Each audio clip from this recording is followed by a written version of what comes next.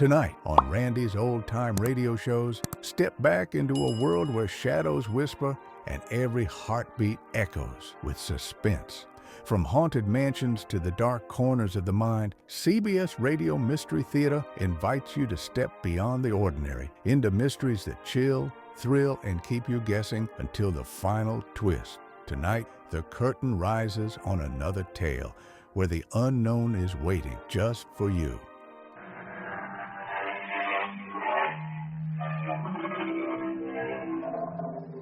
Come in. Welcome. I'm E.G. Marshall.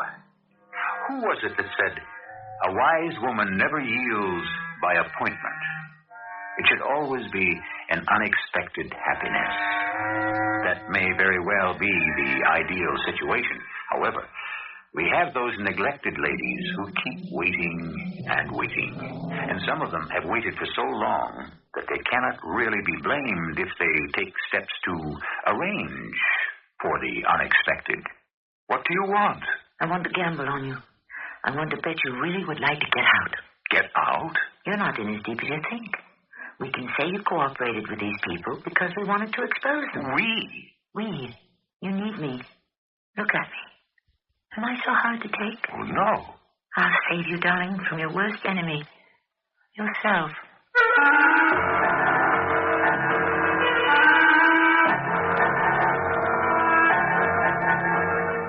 Our mystery drama, The Old Maid Murders, was written especially for the Mystery Theater by Sam Dan and stars Tammy Grimes. I'll be back shortly with Act One.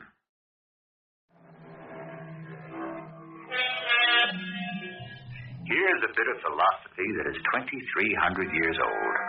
A woman's time of opportunity is short, and if she doesn't seize it, no one wants to marry her, and so she sits and waits and watches for omens. Laura McRae has been confidential secretary to that renowned political scientist and advisor to presidents, Professor Morgan Lowcroft, for the past 12 years. And during all that time, she has been sitting and watching and waiting for omens that might suggest she could become something more. Unfortunately, there haven't been any. Come in, please.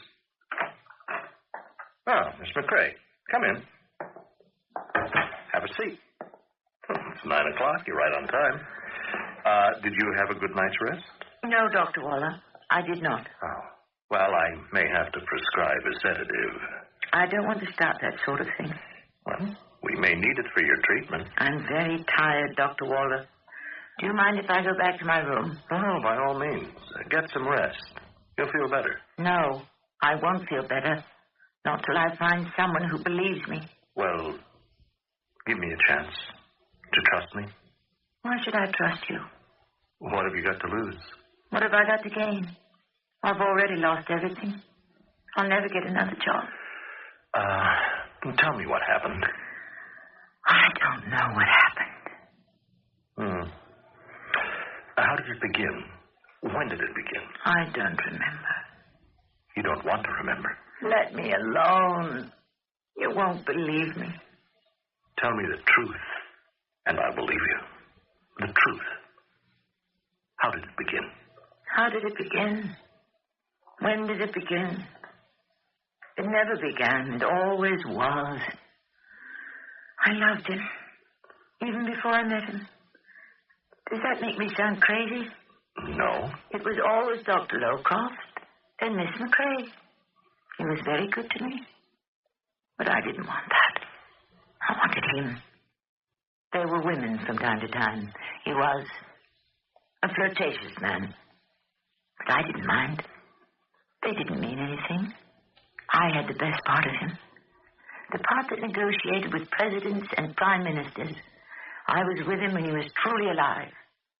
It's just... Yes. It's just that I wanted more. Oh, not much. Just a little bit more.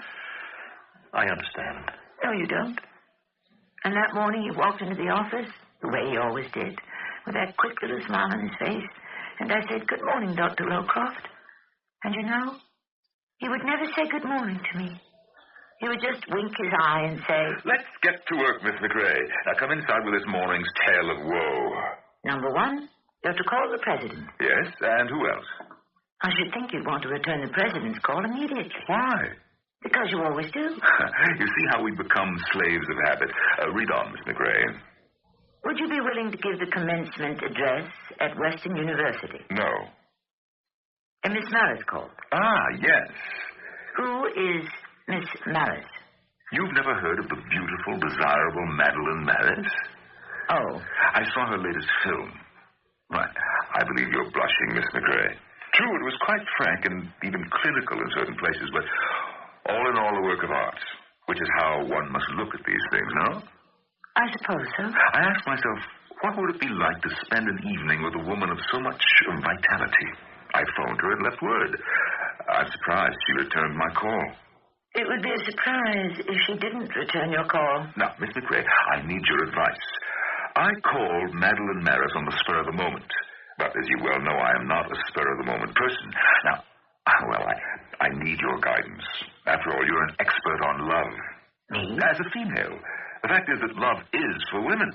What did Lord Byron say? Man's love is of man's life, a thing apart. But 'tis a woman's whole existence. Lord Byron never outgrew his juvenile fantasies. But he was right. Now, should I back away from Miss Madeline Maris? You're asking me for advice? Of course. You're the one person in the world I can trust completely. Dr. Lowcroft, I would rather you didn't involve me in these affairs of yours. Miss McRae, you know how we do things around here. Prepare me a position paper. Well? Yes, sir. Since Miss Maris's appeal could only be considered physical, there are those who would say you are exploiting her purely for pleasure. Yes? It might prove difficult to shed Miss Maris should you tire of her charms. Why? She is America's sex goddess, and so people would assume that she was too much for you. Or perhaps you were not enough for her. You could become an object of ridicule. Very incisively put, Miss McRae. Now you know why I've kept you all these years. Dr. Lowcroft's office. One moment, please. It's Miss Madeline Maris. Are you here? Oh, well, so much for all our honest resolve and intelligent design. Hello there. Yes, himself. What did I have in mind? A dinner this evening. Huh? Oh, some quiet spot where we would not be besieged by the media. Oh, your place is fine. 7 is excellent, of course. Till then. Make a note, Miss McRae. I need a bottle of Chateau Lafite Rothschild. Better wait to see if she has the palate for it. For a first date, a very good domestic wine is in order. Dr. Lowcroft, are you really going to have a date with Madeline Maris tonight? Yes, my dear, and wish me luck. Dr. Lowcroft, don't look so troubled. I know how to be very discreet. It isn't that. It's what? Yes? I better answer the phone. Dr. Lowcroft's office. One moment. It's a Mr. Jeremy Wilmot. Are you in? Oh, absolutely. Jeremy, how are you? Yes, I just finished reading it. No, you're onto something. Only a few suggestions. I made them on the margins. I'll send it down with my secretary. She'll guard it with her life. What's the best hotel on the beach? Good. She'll be there this evening. Right. Goodbye, Jeremy. Now, how would you like a little vacation? In Florida. Now, where is that envelope? It's in my attaché case. Now, here it is. A vacation? In here, a manuscript by Jeremy Wilmot. The Historic Roots of the Economies of Emerging Nations. It sounds grim, but it's great. Dr. Lowcroft? Now, if you check into the Beach Royale for a few days and let yourself go. But I have so many things to do. You need a vacation. You're tense. You're nervous, irritable, out of sorts. Oh. Whatever's gotten into you, a few days off will sweeten you again. But I can't spare the time. You know how we do things around here, Miss McRae. Now, I'll drive you to the airport myself. I knew, Dr. Waller, I was on a flight to Miami. You didn't think it unusual? He was always sending me off somewhere on an hour's notice. I was lucky it was Miami, Florida. It could have been Karachi, India. And then what happened? You know what happened. I told this over and over. What happened, Miss McCrae? The thing at the baggage claim. The manuscript envelope. It was in my suitcase. It was too big to fit into my carry-on bag. It was in my suitcase. And my suitcase wasn't there when I arrived in Miami. What did you do? I waited and waited. Then I went to see the person in charge. Do you recall what you said to that person? I was very upset. I said, look here, my suitcase is missing. You've got to find my suitcase. And he said... Ma'am, we are doing our best. There's an important manuscript in that suitcase. Do you understand? You come in on Flight 7 from Washington, huh? I don't like to do this. I hate to try to impress you, but I'm working for Dr. Morgan Lowcroft. Well, I am doing the best I can. Now, if it's not good enough, maybe Dr. Morgan Lowcroft can come down here and look for a suitcase himself, huh? But it'll be my fault if it's gone. Things like this simply cannot happen to me. Well, they can happen to anybody.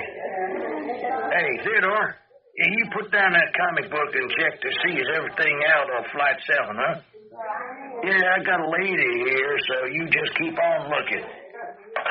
Does this mean you haven't found my suitcase? Well, we're going to turn the place inside out and upside down, okay? But everything was in that suitcase. Ma'am, what's the problem? We don't find it. You get a whole brand new outfit on the house. But the manuscript... So it's a manuscript. There's got to be a duplicate copy, huh? Why, does it have to be the end of the world? I don't know what's the matter with me. I'm sorry. Well, you just write down where you're staying, huh? And I guarantee in 1 hour, one way or the other, you're going to hear from me.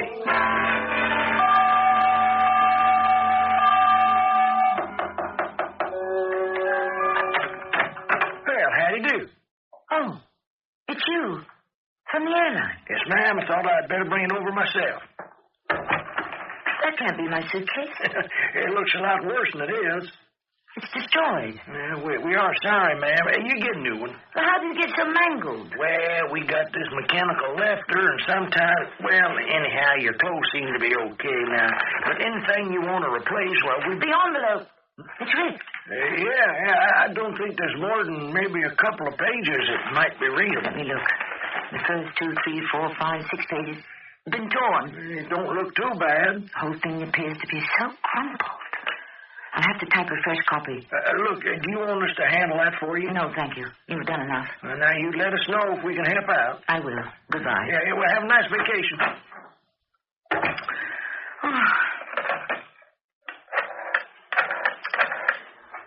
Front desk.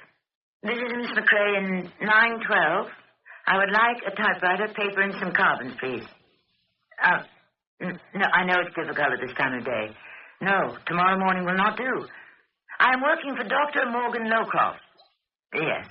Within 30 minutes? Thank you.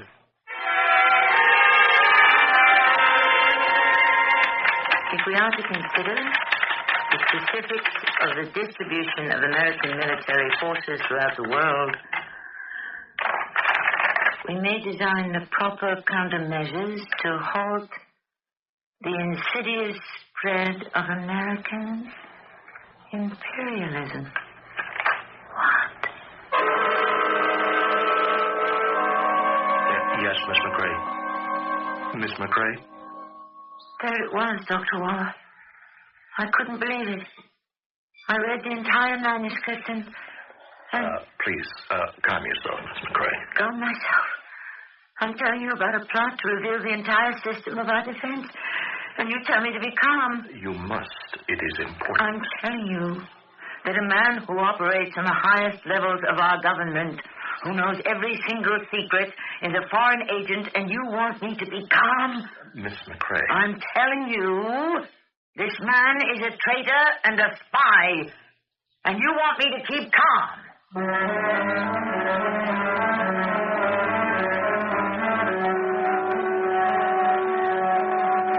I don't know if I would want her to be calm. After all, she's making quite a lethal charge.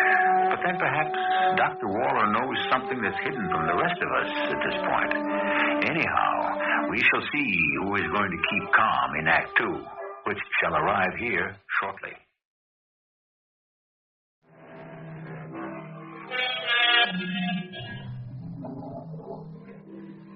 At the last, said the poet, our only hope lies in ourselves. Of course, what he meant was our hope of salvation. But short of that, we can really use all the help we can get. It's all very well to advise people to be self-reliant, but then it all depends on the kind of self one has to begin with, right? I'm asking you to be calm, Miss McCrae, so that you may give me a full description of the event. Dr. Waller, you already have that description. Now, let me see if I can understand what you're saying. What is there to understand? Please, Miss McCrae. Where is the difficulty? Morgan Lowcroft said to me, take this envelope, which contains a manuscript by a Mr. Jeremy Wilmot, and deliver it to him in Florida. Accidentally, I happened to see the contents of the envelope. It's a document written by Dr. Lowcroft himself, filled with the most vital military and economic secrets. Well, what did you do then? No, please. Don't pass this off as if it's merely a weather report. Do you realize the implications of what I've just told you? Yes. Do you believe what I've just told you? I accept what you just told me. I'm sick and tired of being patronized by people like you. I'm going back to my room. You will go back to your room and do what? I am the last person in the world you can talk to. After me, who is there? Oh. Now, you claim it was a document filled with military secrets? It was. Your next move? I didn't know what to do. I sat there, trying to think. I suddenly felt all alone in the world. I had to be in touch with someone, with something. Without knowing why, I turned on the television set. There was a marvelous burst of music and color. And her face. Madeline Morris's face was on the screen. I was so angry, I lost all control of myself. Somehow, I blamed her for what he had done. You blamed her? Why? I don't know why. It's just that I felt she was part of something that was corrupting him. I wanted to smash the TV screen, but I was afraid it would explode or something, so I turned it off. Yes? And then the phone rang. I let it ring. And then I thought I'd better answer. Hello? Is this Miss Laura McCrae? Yes. I'm Jeremy Wilmot. Oh. I do hope you've had a pleasant trip. Hello? Yes? May I come up for the manuscript? Perhaps if you aren't busy, we could have some dinner. Oh. Or a drink. At any rate, I cannot wait to see my manuscript and Morgan's suggestions. Why don't I just pick it up? No. I'll meet you downstairs. In the lobby. Well, did you meet him in the lobby? Dr. Waller, I wanted to get away from there. I wanted to run with that envelope. I wasn't going to give it to him. I wanted to get back to the airport. But how? And then I realized he didn't know me. He'd never seen me. So I took the elevator downstairs. I didn't meet him. But the trouble was, he met me just as I was about to go out the door. Miss McCrae, here I am. Miss McCrae, I'm Jeremy Wilmot. See, I recognize the manuscript envelope you're carrying. Well, here I am. Yes. So, thank you very much for taking this trouble. May I have it? Well, no. No? Miss McCrae, what did you just say? I said no. Well, I'm afraid I don't understand. You were sent here specifically to deliver this manuscript. To deliver it to me. You can't have it. Miss McCrae, is something the matter with you? I said you can't have it. Now, I must insist. Take your hands off me. Don't you dare touch me. You mean that we're going to have a scene about this? I said take your hands off me. Please, if something's the matter, let me help you. Get away from me. Hey, what's going on? This man is attempting to attack me. Hey, hold it, buddy. Now, look, all I'm trying to do... Help me, somebody, please. Help me. And did you receive help, Miss McCrae? Oh, yes, Doctor. In a moment, he was surrounded by an angry crowd. In the confusion, I slipped out the door and into a taxi. Soon I was at the airport and on a plane back to Washington. I was so frightened. I could hardly breathe. Frightened? Of what? Well, by now they knew. They? The ring of spies and secret agents of which Morgan Lowcroft was a part. Would they be waiting for me at the airport in Washington? I somehow made it to the cab stand. I went directly to Morgan Lowcroft's apartment. He wasn't home. I decided to wait in the study. Oh, how did you get into the apartment? I have a key. It was midnight. And then 1 a.m. And 2. And finally, just a few minutes before 3, I heard the door open. Miss McCrae, what are you doing here? I see you didn't spend the night with Miss Maris. What are you doing here? I read the manuscript. You did? Obviously, Jeremy Wilmot didn't have a chance to get in touch with you.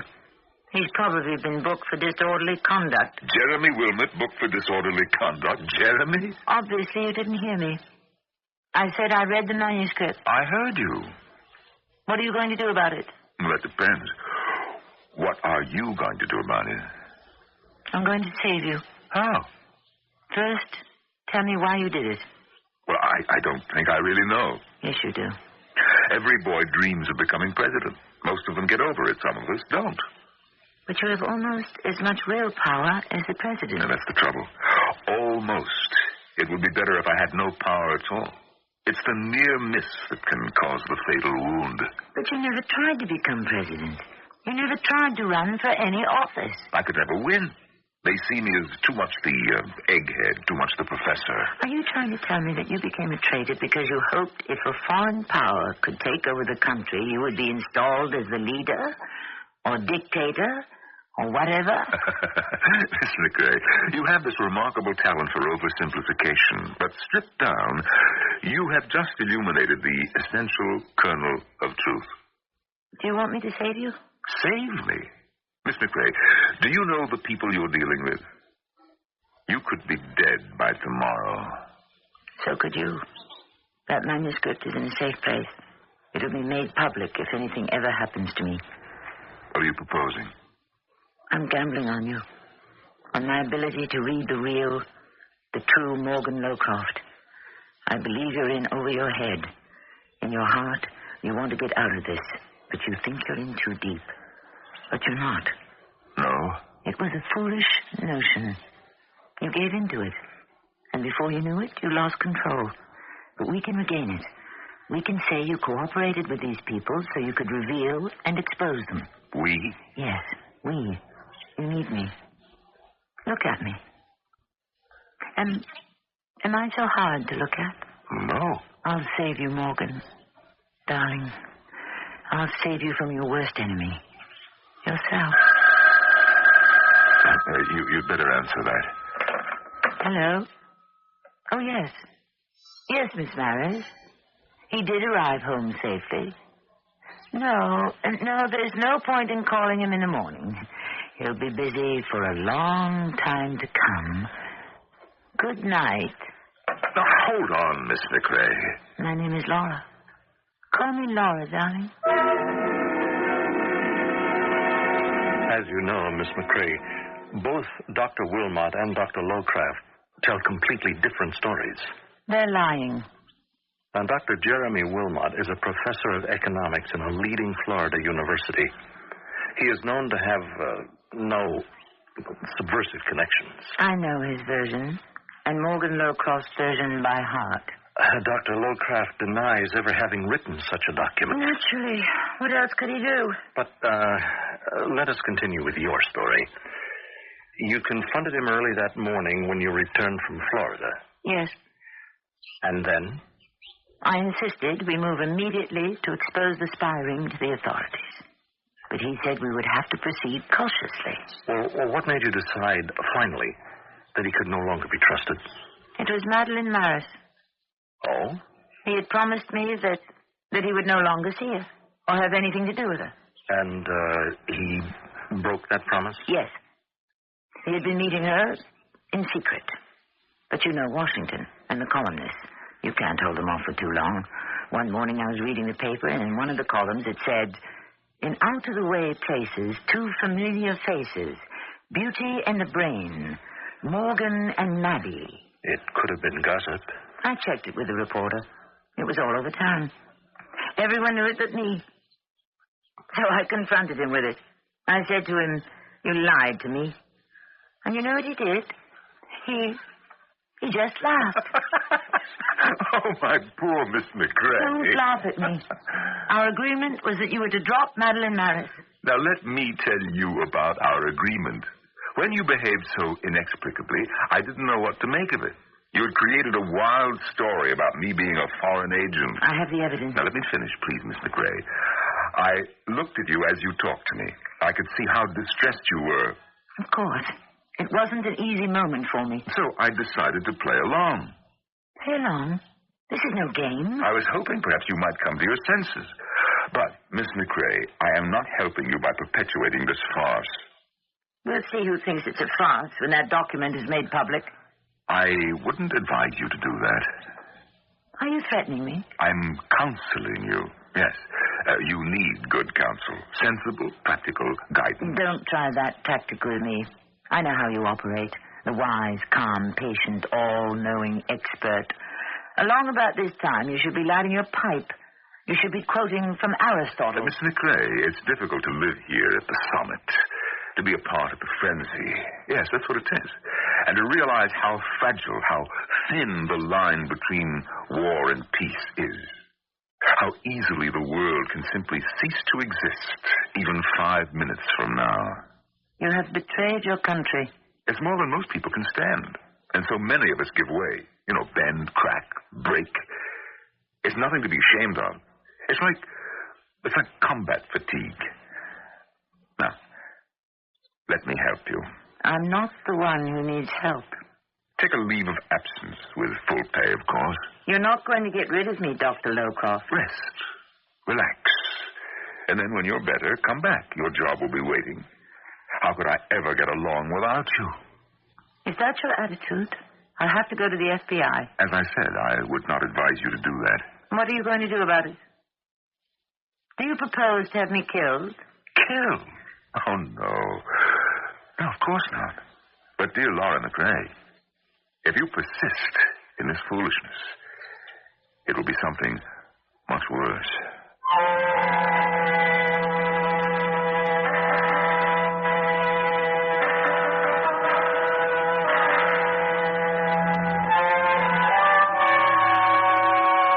Something much worse than being killed? A fate worse than death? What can such a prospect be, especially to a lady like Laura McRae? Each of them talks to the other like a person who holds a winning hand. But who has the aces and who has the deuces? The showdown is scheduled for Act 3.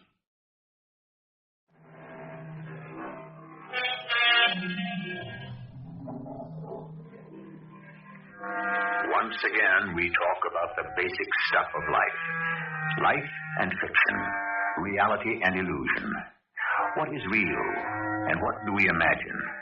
Laura McRae says she read a document which proves Morgan Lowcroft is a traitor.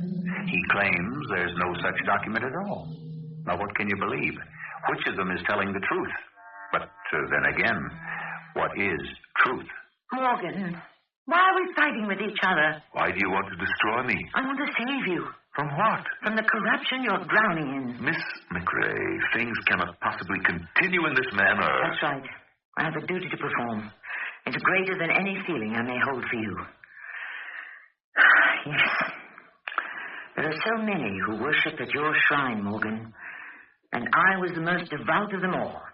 I was even willing to accept the fact that you could betray your country. Why not? How could treason be bad if Morgan Lowcroft is a traitor? But we're finished. Finished, Morgan. I'm going to the police and to the media. Don't. I'm sorry. The magic is gone. At one time, I'd have done anything under the sun for your sake, but no more. Not for my sake, but for yours. Goodbye, Morgan. You can't stop me.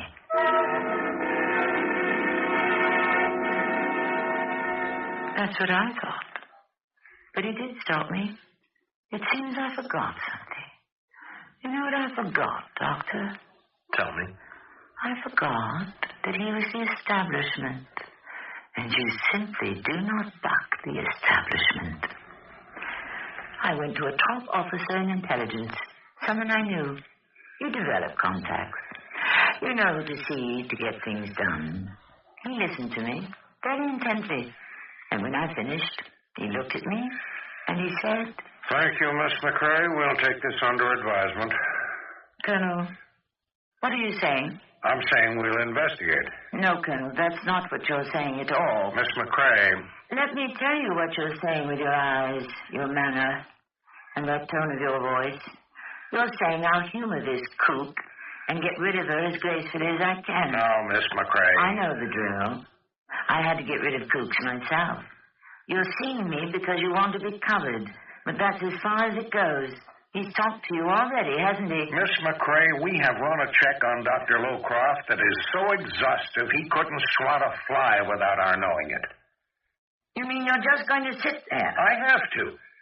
Because if I tried to follow up on what you told me, I couldn't get anywhere either. But this man is a foreign agent. It's obvious. To whom? This document. You read it.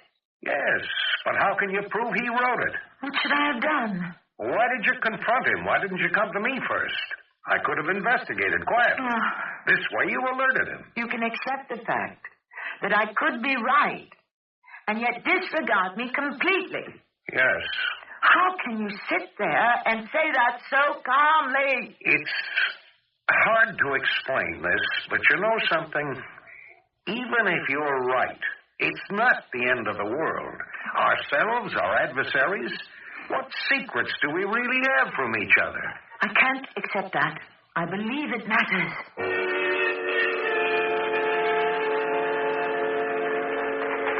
What's your complaint, Miss McCrae? You say the media's sitting on the story. My paper published it. My station's carried it. But look at how you slanted it. Miss Laura McCrae claims. Miss McCrae alleges. Well, that's what they are. Claims. Allegations. I stated basic facts. If I told the story as you told it to me, I could be sued for libel. This subheadline, Spinster, says Dr. Lowcroft admitted his guilt. What about it? Do you have to label me as a spinster? How does the dictionary define spinster? An unmarried woman. Does that describe you? If I were an unmarried man, would the headlines describe me as a bachelor? Spinster. There's something ungainly, something erotic. What right does a woman have not to be married? There must be something wrong with her. You came to us with a story. Because of your position, we printed it. We have now discharged our duty. It's up to the authorities to take it further. I showed you that document. Well, he denies that he ever gave it to you. And here we go, round and round again. I have a responsibility. Yes, and I know to whom. Yourself. You're scared, Mr. Jones. Of what? You're afraid you'll be frozen out. You won't get any more inside information, any off-the-record briefings. You're not going to rock the boat. You're not going to make a powerful enemy. Just between you and me, Miss McCrae, what's the real story? I told you the real story. No, you didn't. I've been around this town too long not to recognize a vendetta when I see one. What did he do to you? Are you trying to say there's something personal in this? There has to be. Is that what you think? A woman of your inside experience and understanding? How could you miscalculate so badly?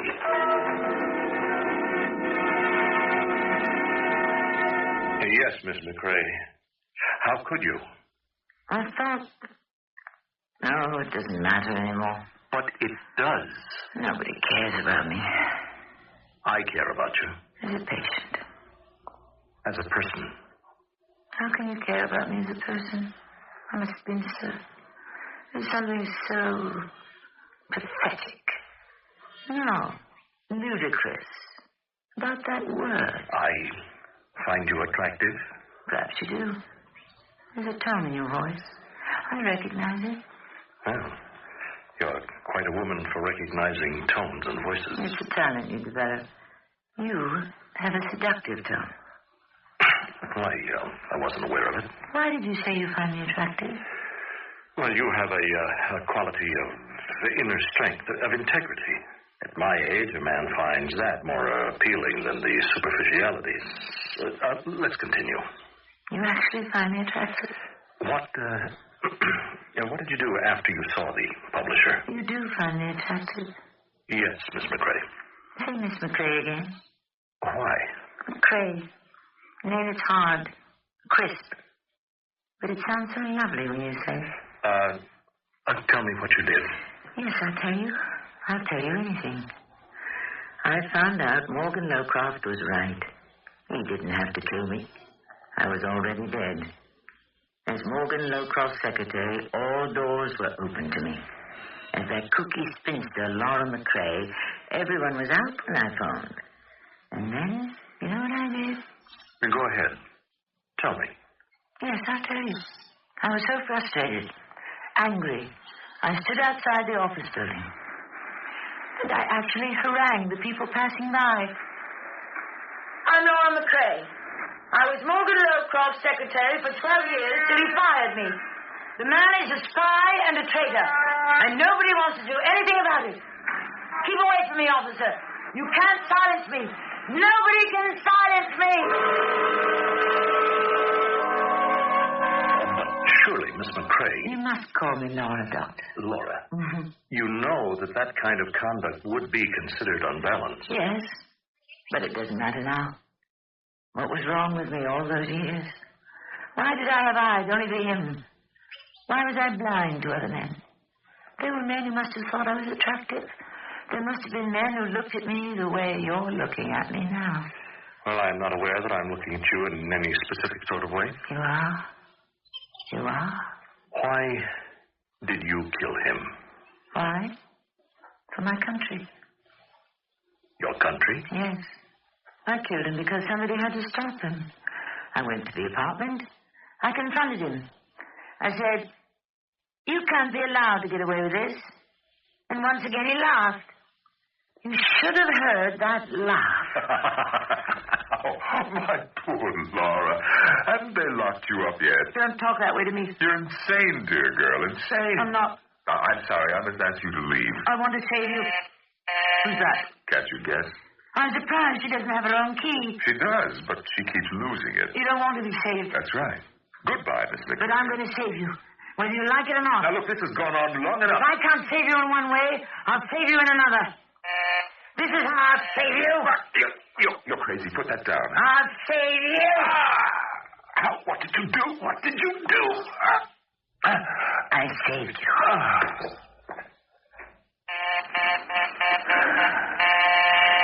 Keep ringing. Keep ringing. He'll never answer you.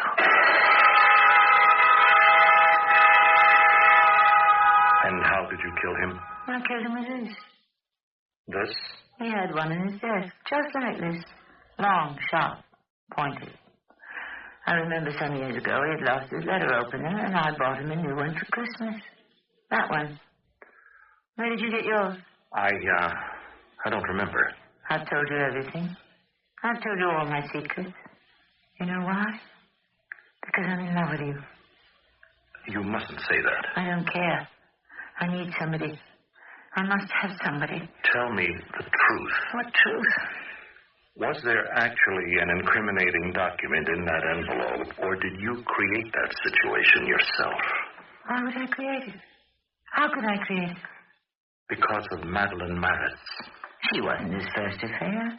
But for the first time, you felt vulnerable. Madeline Maritz touched off the explosion. In 12 years, you couldn't get Morgan Lowcroft to look at you. Now, you would force him to. That is not so, Doctor. The mishap with the baggage was the spark for the explosion. Now, you deliberately typed a brand new manuscript. You could do it. You had access to enough secrets. I didn't do it. I don't care what you say.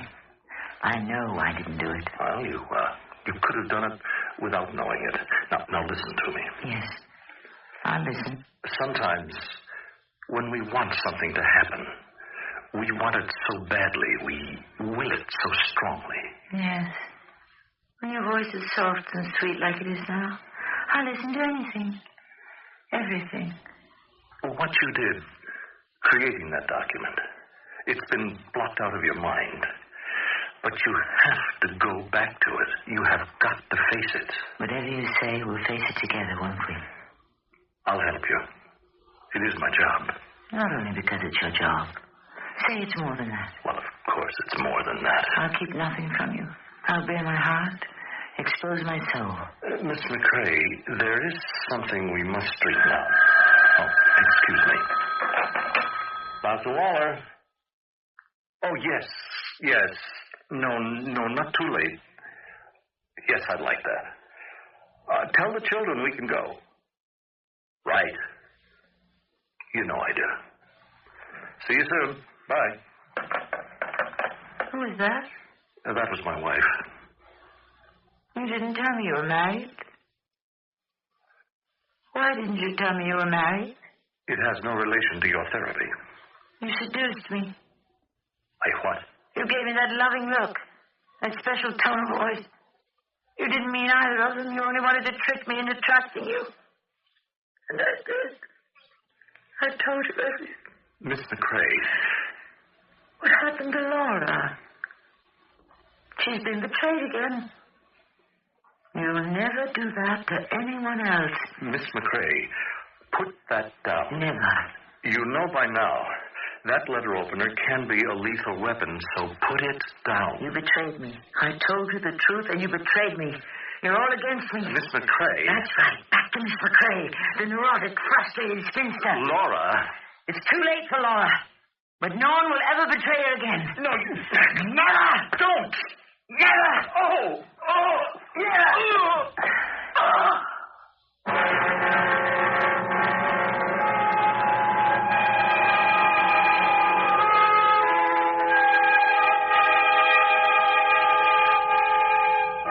It doesn't look as if anyone will ever get the chance either.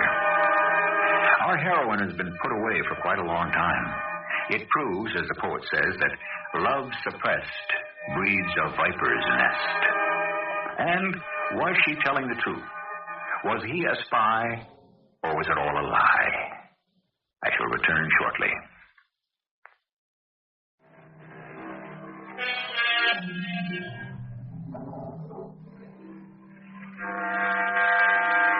We all know the story of the Emperor's new clothes, how everyone fawned over him and flattered him on the magnificence of his imaginary wardrobe. That is, everyone except for one little boy who piped up, "But the Emperor is naked." It's too bad the story ends there. It would be most instructive to learn what happened to that clear-eyed little boy. Did everyone appreciate his sincerity and candor? How, if at all, was he rewarded? What sort of future did he have, if any? Was our story a variation on this ancient theme? Well, you know how it is with a good story. It's anything you want it to be. Our cast included Tammy Grimes, Norman Rose, Court Benson, and Earl Hammond. The entire production was under the direction of... Well, folks, that's all for this episode here on Randy's Old Time Radio Shows. Now, bringing these golden oldies back to life takes no small amount of time and effort from our good friend Randy, cleaning up the audio, converting the files, and making sure each show has the best audio possible.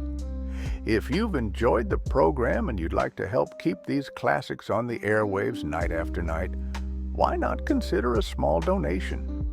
Every penny goes straight to supporting Randy's work and helping this channel stay on the air. You'll find the links down in the description below. And for those of you kind souls who've already given, Randy tips his fedora to you. Your support truly keeps this old radio spirit alive. Thanks ever so much. And until next time, keep those dials tuned and keep the memories rolling.